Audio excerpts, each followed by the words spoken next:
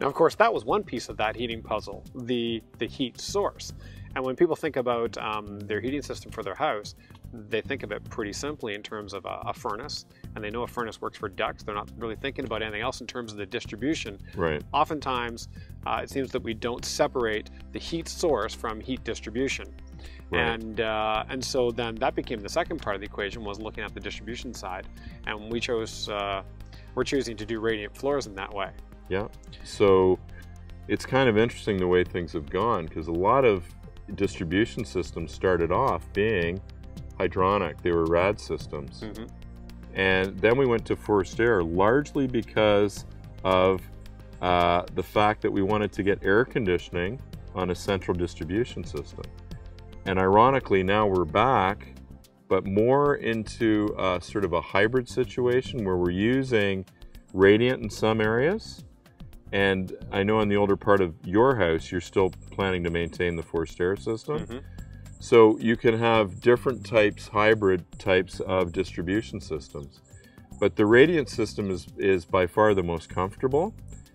But again, people need to know that it's not more efficient. The efficiency goes with your heating plant. The way you heat your hot water, the way you're heating your air in a furnace, or you're heating your hot water in a boiler. It's the efficiency of the heating plant that counts. So as we've been looking then at the heating plant to go along with this, I know we've talked then about the idea of integrated mechanicals, and that the original oil furnace that was in there, we're going to maintain the ductwork that's in the old portion of the house. I believe we'll be using an air handler to accomplish that, to distribute hot air through there.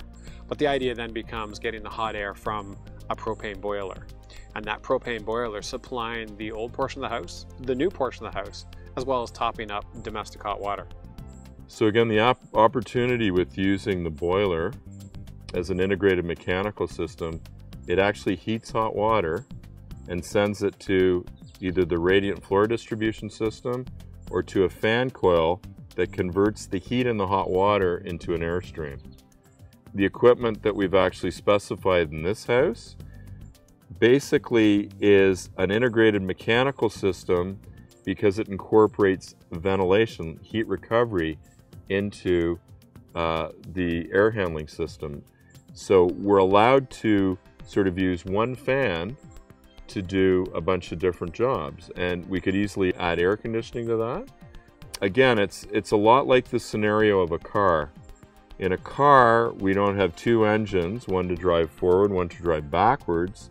We have one engine that's got a differential in it and gears, and the same's true that the boilers that's going into this house, it actually modulates. And we can get that boiler, like the car, to do our hot water, to do our space heating, and to do the radiant floor. So in talking about radiant floors that we're going to be installing in the addition of the house, knowing that because there's no ductwork associated with radiant floor, there is then nowhere to move air through that radiant floor system. And I know locally here the building code specifies that if you're going to be using radiant floors, you have to have some kind of air exchange medium. And so we've looked at an HRV then to be installed in that portion of the house, specifically to bring fresh air in and out while recovering the heat out of that at the same time. So I should actually maybe clarify some things here. And again, what we decided to do in the new part of the house, which had the ICF foundations and building envelope system, we're heating that with a radiant distribution system. Mm-hmm. And that's where, if we don't have a ventilation system and it's in the new part of the building code, we're actually putting in a heat recovery ventilator that has ductwork to supply fresh air to every single room in the house on a continuous basis. Right. So indoor air quality is very, very important. The radiant floor obviously doesn't have the advantage of having the forced air ducting system, so the HRV has to carry that. Mm-hmm. The other great thing about the HRV that you've chosen, Tom, is that it's almost 90% efficient. So we're only giving up 10% of the heat energy when we ventilate, mm-hmm. and it has a DC motor in it. So it is using, I think it's like 37 watts on its lowest speed, so far, far less than a light bulb to sort of power itself. And again, we have a really, really airtight addition.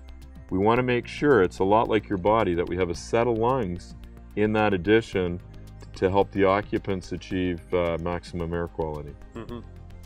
Now, using this HRV, it also gives us an opportunity then to use some solar hot air contribution into that side of the house as well.